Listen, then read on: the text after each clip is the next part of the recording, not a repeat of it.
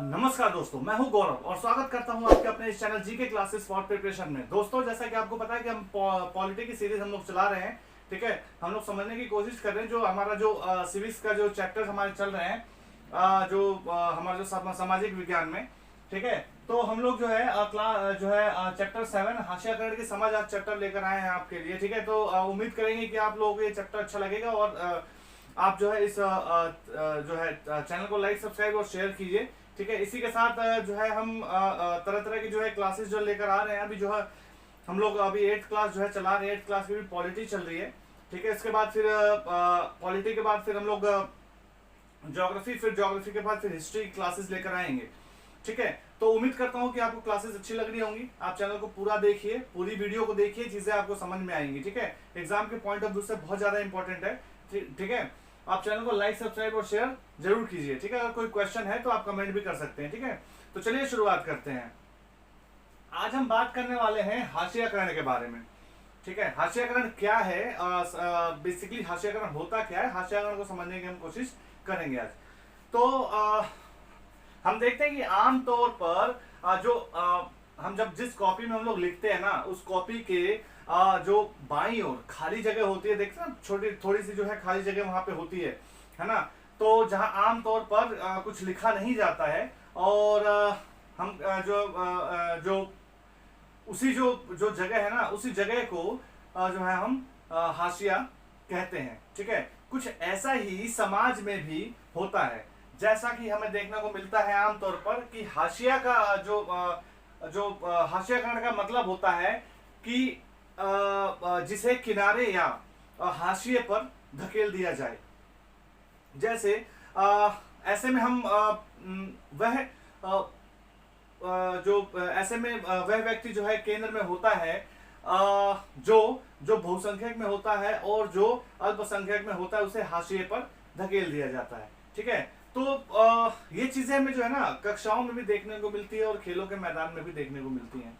ठीक है, तो कक्षाओं में भी हमें देखने को मिलती है। कैसे देखने को मिलती है कि अगर मान लीजिए कि कई बार जैसे हम किसी क्लास में पढ़ा रहे हैं और कोई हम मान लीजिए पढ़ते भी हैं, बालक होते थे ना, तो जब बच्चे होते थे, छोटे होते थे, तो पढ़ते भी थे हम लोग। तो क्लास में हम लोग देखते हैं कि हर किस्म के बच्चे आते हैं, है ना। हर कह सकते हो आप, हर धर्म के बच्चे, हर मजहब के बच्चे, हर जाति धर्म के बच्चे पढ़ते हैं, है ना। लेकिन क्लास में सभी एक जैसे जो वहां पे दिखाई देते हैं, लेकिन उनकी जो भाषाओं में परिवर्तन होता है, उनके रहन सहन में परिवर्तन होता है, उनके खान पान में परिवर्तन होता है। तो कुछ चीजें ऐसी होती है उनके अंदर जिससे कि बच्चे उनसे कतराते हैं।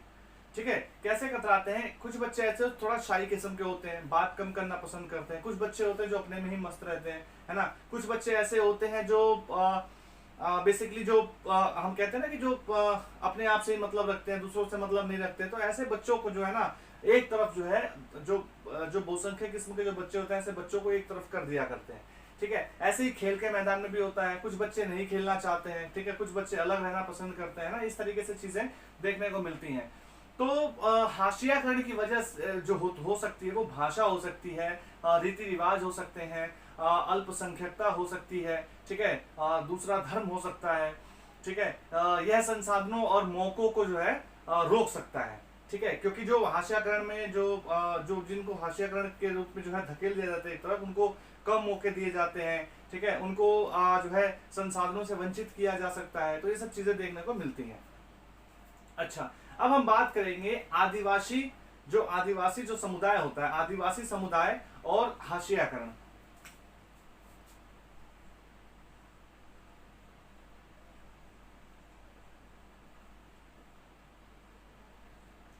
आदिवासी और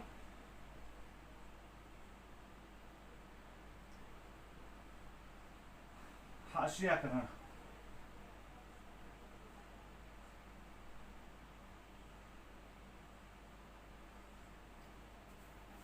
अच्छा, तो ये क्या चीज है? अब हम सबसे पहले कि आदिवासी परिवार के बारे में बात कर लेते हैं। ठीक है, एक दिल्ली में आदिवासी परिवार के बारे में बात करते हैं, जिसमें एक सोमा और हेलेना नाम की जो दो बच्चियां हैं। ठीक है, वो अपने दादाजी से बात कर रही हैं। तो उसके दादाजी क्या कहते हैं कि वो उड़ीसा के रहने वाले जो है व्यक्ति थे, हुआ करते थे, और जो वो उनका गांव था वो काफी, उनका गांव जो है काफी समृद्ध था। वो लोग जंगलों में रहा करते थे, ठीक है, जंगलों की चीजों पर वो लोग डिपेंड करते थे, ठीक है।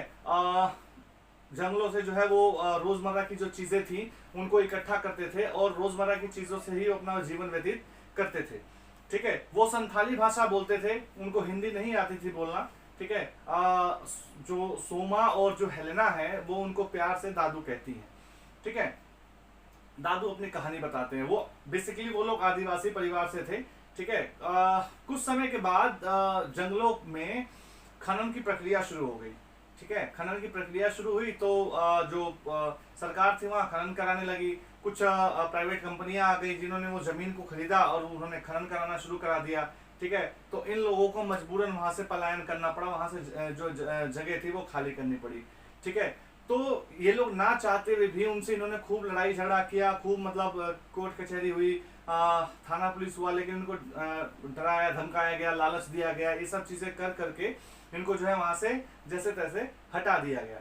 तो हमें देखने को ये मिलता है कि किस तरीके से जो आदिवासी परिवार है जो पूरी तरीके से जो जंगल के ऊपर निर्भर करता है, जंगल के उत्पादों पर निर्भर करता है, उनकी खुद की जो एक संस्कृति होती है, खुद का एक उनका समाज होता है, और पूरी तरीके से वो अपने आत्मनिर्भर, आप कह सकते हो कि दुनिया से उनको मतलब नहीं होता और आत्मनिर्भर होते हैं वो लोग, और किस तरीके से उनको चीजों से बेदखल कर दिया जाता है। मजबूरन उनको शहर में आके बसना पड़ता है और रोजी रोटी के लिए उनको रोजमर्रा की जो मशक्कत करनी पड़ती है, अपने परिवार को पालने के लिए छोटी मोटी नौकरियां करनी पड़ती हैं। तो किस तरीके से चीजें हमें देखने को मिलती हैं। तो ये जो एक कहानी थी वो एक आदिवासी परिवार की कहानी थी, किस तरीके से उसको हाशिए पर उनको धकेल दिया, यानी किस तरीके से उनको एक तरफ जो है धकेल दिया गया। जो आदिवासी होते हैं ना उनको जनजाति भी कहा जाता है। जैसे कि SC/ST एक्ट के बारे में हम लोगों ने जो बात की थी कि जो SC/ST एक्ट जो है वो किस तरीके से इनको दिया गया, वो इसीलिए इनको दिया गया ताकि इनको भी बढ़ने का पूरा मौका मिलना चाहिए, ठीक है। अब हम बात करते हैं कि आदिवासी लोग कौन होते हैं, ठीक है। आदिवासी लोग कौन है?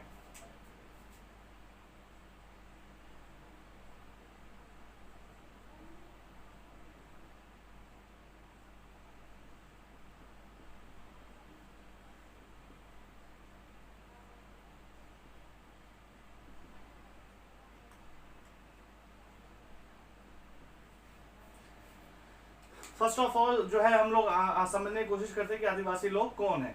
तो आदिवासी शब्द का मतलब होता है मूल निवासी, ठीक है। ये ऐसे जो है समुदाय हैं जो जंगलों में जंगलों के साथ जीते, जैसे मैंने आपको बताया कि जंगलों में रहने वाले बेसिकली लोग होते हैं, जंगलों के साथ जीने वाले लोग होते हैं और आज भी उसी तरह जी रहे हैं, ठीक है। भारत में 8% जो आबादी है वह इन्हीं लोगों की है, इन्हीं आदिवासियों की है, ठीक है। बहुत से महत्वपूर्ण खनन और औद्योगिक क्षेत्र जो आदिवासी इलाकों में किए गए हैं, ठीक है। जैसे एग्जाम्पल के तौर पर देख लेते हैं हम जमशेदपुर, ठीक है। जमशेदपुर, राउरकेला, बोकारो, भिलाई आदि। भारत में 500 तरह के आदिवासी समूह हैं। आप समझ सकते हैं कि 500 कुछ छोटा मोटा आंकड़ा नहीं होता है, बहुत बड़ा आंकड़ा होता है, ठीक है। कि इस जो भारत की जो जनसंख्या में 8% इनकी जनसंख्या, यानी 1 अरब 40 करोड़ की जनसंख्या में लगभग 8 करोड़ ये है, तो आप अंदाजा लगा सकते हैं कि इनकी जो तादाद है कितनी ज्यादा है, ठीक है। भारत में लगभग 500 तरह के आदिवासी समूह हैं, ठीक है। ये जो आदिवासी समूह है ये कहाँ कहाँ पाए जाते हैं? तो ये हमें छत्तीसगढ़ में मिल जाते हैं, झारखंड में मिल जाते हैं देखने को, MP में मिल जाते हैं, उड़ीसा में मिल जाते हैं, गुजरात में मिल जाते हैं, महाराष्ट्र में मिल जाते हैं, उसके साथ राजस्थान में मिल जाते हैं, आंध्र प्रदेश में मिल जाते हैं, वेस्ट बंगाल में मिल जाते हैं, अरुणाचल प्रदेश में मिल जाते हैं जो नॉर्थ ईस्ट का इलाका है, असम में मिल जाते हैं, मणिपुर में मिल जाते हैं, ठीक है। मेघालय में मिल जाते हैं, मिजोरम में मिल जाते हैं, नागालैंड में मिलेंगे और त्रिपुरा में देखने को मिलते हैं। इन इलाकों में इनकी जो संख्या है वो जो है काफी ज्यादा देखने को मिलती है। ये जो है औरों से बिल्कुल अलग जो है दिखते हैं, क्योंकि इनका जो वेशभूषा, इनका पहनावा पारंपरिक होता है, ठीक है। काफी जो पारंपरिक रूप से लोग जो है वेशभूषा धारण करते हैं। इनमें ऊंच नीच का फर्क नहीं होता है। जो ये आदिवासी समूह होते हैं इनका जो रहन सहन होता है उसमें ये लोग किसी को ऊंच नीच नहीं मानते हैं। इसी वजह से ये समुदाय जो है जाति वर्ण पर आधारित समुदायों या राजाओं के शासन में रहने वाले समुदायों से बिल्कुल अलग होते हैं, ठीक है। जो पहले जो राजा के समुदाय हुआ करते थे या जो शासन जो हुआ करता था, जो सल्तनत वगैरह का जो शासन था, उसमें भी ये लोग जंगलों में ही रहते थे और इनका इनसे कोई लेना देना नहीं होता था। पूर्णतः ये जो है, जैसे मैंने बताया कि जंगलों के ऊपर निर्भर करते हैं ना, जंगलों के उत्पादों पर निर्भर करते हैं, जंगलों से प्राप्त जो उनके उत्पाद होते हैं उन उत्पादों पर पूरी तरह से लोग डिपेंड है। ये अपने पुरखों व प्रकृति की उपासना करते हैं। तो उसमें किस किस की उपासना करते हैं? जी, पर्वत की उपासना करते हैं, नदी की उपासना करते हैं, पशुओं की जो आत्माएं हैं उनकी उपासना करते हैं, जंगलों की उपासना करते हैं ना। इस तरीके से जो है ये समुदाय जो है उपासना अपनी करता है। ये लोग जो है बेसिकली संथाली भाषा बड़ी मात्रा में बोलते हैं, यानी बड़े काफी मात्रा में जो लोग हैं यहाँ पे संथाली भाषा बोलते हैं। अच्छा, आदिवासी और जो इनकी जो प्रचलित छवियां हैं, जो आदिवासी हैं और जो इनकी प्रचलित छवियां, उसके बारे में हम लोग जान लेते हैं।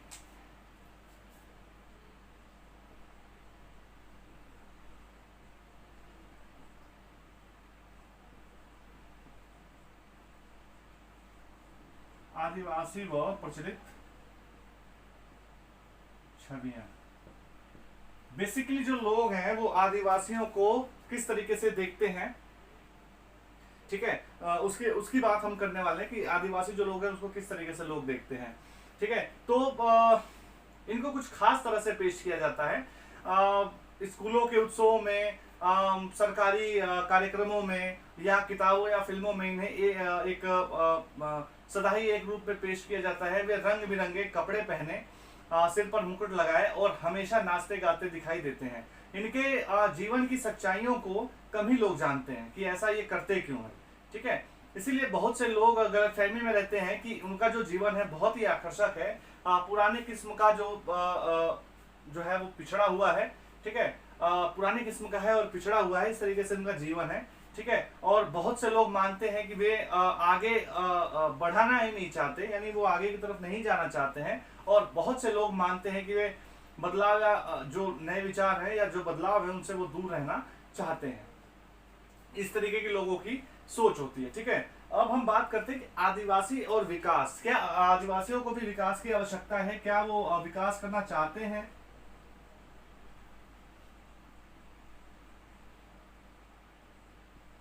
आदिवासी व विकास। सो बेसिकली हम देखते हैं कि जो या हम जानते हैं कि भारत में तमाम साम्राज्यों और सभ्यताओं के विकास में जंगलों का काफी योगदान रहा है।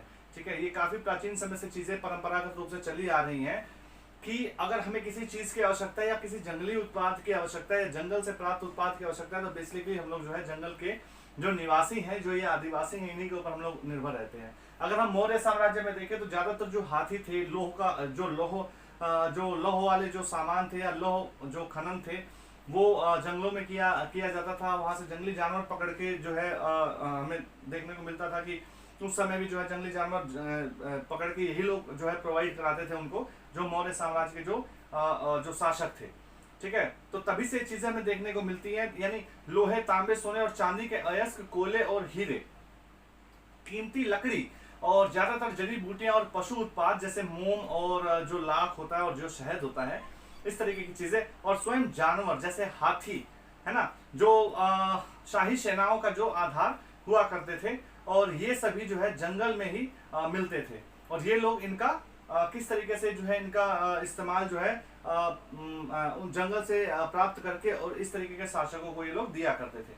19वीं सदी के आखिर तक हमारे देश का बड़ा हिस्सा जंगलों से ढका हुआ था। ठीक है, इसका आदिवासी लोगों को काफी ज्ञान था। ठीक है, इन आदिवासी लोगों का ना जंगलों पर पूरा नियंत्रण हुआ करता था, इसलिए ये रियासतों या रजवाड़ों के अधीन नहीं रहे हैं। ठीक है, और बल्कि बहुत से राज्य वन संसाधनों हेतु आदिवासियों पर निर्भर रहे हैं। इसके साथ हम देखते हैं कि लेकिन आज उनकी जो छवि है, उनकी छवि में काफी बदलाव आया है। ठीक है, उनकी छवि में काफी बदलाव आया है। आज इन्हें हम कह सकते हैं कि हाशियाई व शक्तिहीन समाज के रूप में देखा जाता है। पहले ये लोग जो थे वो शिकारी हुआ करते थे, घुमंतु हुआ करते थे, स्थानांतरित जो है खेती किया करते थे, यानी एक जगह से दूसरी जगह खेती किया करते थे। कुछ समय के बाद जगह जगह ये जो है जगह बदलते रहते थे। लेकिन पिछले 200 वर्षों में आए आर्थिक बदलावों, वन नीतियों और राज्य व निजी उद्यमों के राजनीतिक दबाव की वजह से इन लोगों को हम देखते हैं, इन लोगों को जो है जो हम कह सकते हैं बागानों, निर्माण स्थलों और उद्योगों और घरों में नौकरी करने के लिए ढकेला जा रहा है। ठीक है, यानी जंगलों से निकालकर इनको जो है समाज में, जो वो समाज जिसके बारे में ये जो है अच्छी तरह से परिचित नहीं है, उस तरीके से इनको समाज में ढकेला जा रहा है। ठीक है, और पहली बार ऐसा हो रहा है कि आज इनका जो वन क्षेत्रों पर कोई नियंत्रण नहीं है। नहीं तो एक समय ऐसा हुआ करता था कि जो इनका जो है वन क्षेत्रों पर काफी नियंत्रण हुआ करता था, क्योंकि इनको काफी जानकारी हुआ करती थी उसके बारे में, और न ही आज जो इनकी जो है वनों तक सीधी पहुंच है। ठीक है, तो हमने ये जो चीजें हैं किस तरीके से हैं वो हमने समझने की कोशिश की। अब हम बात करते हैं कि कुछ अल्पसंख्यक और किस तरीके से उनको हाशियाईकरण का जो है सामना करना पड़ा, यानी अल्पसंख्यक और हाशियाकरण।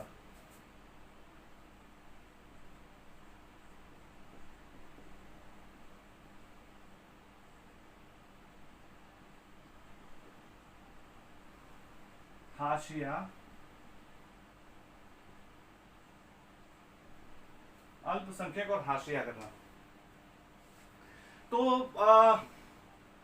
हमने मौलिक अधिकारों की बात की थी। मौलिक अधिकारों में हमने जानने की कोशिश की थी कि किस तरीके से जो समाज में रहने वाले लोग हैं, किसी भी धर्म का, किसी भी जाति का, किसी भी मजहब को मानने वाला हो, कहीं भी आने जाने का और कहीं भी रह के नौकरी करने का या कहीं भी रोजी रोटी चलाने का उसको पूरा अधिकार है, किसी भी राज्य में आने जाने का अधिकार है।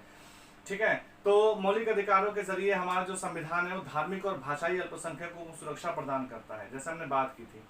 ठीक है, यहाँ पे हमने बहुसंख्यक और अल्पसंख्यकों के बारे में बात की थी कि बहुसंख्यकों के द्वारा अल्पसंख्यकों को किस तरीके से दबाया जाता है। उनको अगर मान लीजिए बहुसंख्यक की अगर कोई सरकार बन जाती है तो किस तरीके उसका प्रभाव जो अल्पसंख्यकों के ऊपर पड़ता है, वो किस तरीके से जो है उसको केंद्र में आने नहीं देते हैं और किस तरीके से वो उनको एक तरफ रहना पड़ता है। ठीक है, तो ये डिपेंड करता है कि किस तरीके की जो है सरकार बनती है।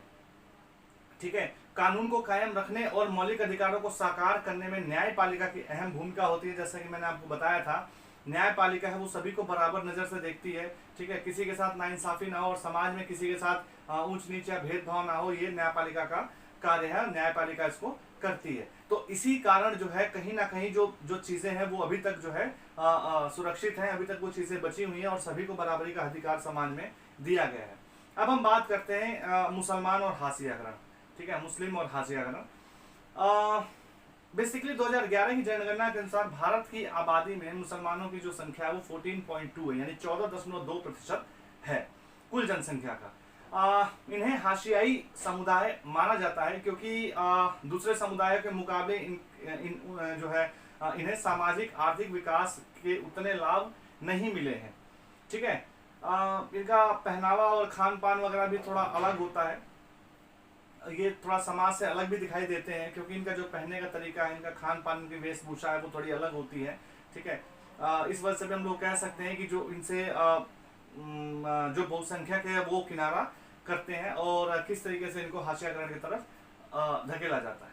ठीक है, तो हमने जो अगर हम निष्कर्ष की बात करें तो हमने समझने की कोशिश की कि किस तरह से जो है हाशियाकरण जो है किस तरीके से जो हाशियाकरण का जो प्रभाव पड़ता है समाज पे, और किस तरीके से जो हम देखते हैं कि जो हाशियाकरण है वो हमने उसको समझने की कोशिश की, हाशियाकरण होता क्या है। ठीक है, और हमने जो हाशियाई जो समूह के बारे में समझने का प्रयास किया, हमने कोशिश की, और हमारे देश में कई ऐसे समूह हैं जो इसमें शामिल हैं। ठीक है, इसके बावजूद इन समुदायों का जीवन भी बदलता जा रहा है। जैसे समय के साथ साथ जैसे जैसे टेक्नोलॉजी आगे आ रही है, जैसे टेक्नोलॉजी बढ़ रही है, इन सभी समुदायों का जीवन भी बदल रहा है। अब वो समय पहले वाला नहीं रहा है कि कोई जैसे हमें देखते थे कि जंगल में है या वो पढ़ा लिखा नहीं है या वो अनपढ़ है। आजकल सभी को बराबरी का मौका दिया जा रहा है। अगर जिसको बराबरी का मौका नहीं मिलता था उसको सरकार ने बकायदा आरक्षण दिया है और उनको भी जो हमारा समाज है उसके साथ बराबरी का जो है कंधे से कंधा मिलाकर चलने का पूरा अधिकार दिया जाता है। ठीक है, तो ये जो था वो आज का चैप्टर था, ठीक है। हाशिया ग्रहण की जो समय हमने हाशिया ग्रहण के बारे में समझा, ठीक है। तो अगला जो चैप्टर है इसी से है, हम इसके कानूनों के बारे में जानेंगे अगले चैप्टर में। चैप्टर 8 जो हम डिस्कस करेंगे उसमें जानने की कोशिश करेंगे। तो उम्मीद करता हूं कि आज की क्लास आपको अच्छी लगी होगी। आप चैनल को पूरा देखिए, पूरी वीडियो देखा करिए, ठीक है। आपको चीजें अच्छे से समझ में आ जाएगी, ठीक है। जो अगर आपके क्वेश्चन है तो आप क्वेश्चन पूछ सकते हैं, ठीक है। इस रिलेटेड इस जो भी चैप्टर हम पढ़ाते हैं उस चैप्टर से रिलेटेड जो भी आपके क्वेश्चन हो क्वेरी आप कर सकते हैं, क्वेश्चन पूछ सकते हैं, नहीं अगर कुछ चीजें समझ में आती तो। चलिए आज की क्लास यही समाप्त करते हैं। आप चैनल को लाइक, सब्सक्राइब और शेयर जरूर करिए। फिर हाजिर होते हैं एक नई क्लास के साथ। तब तक के लिए नमस्कार, धन्यवाद।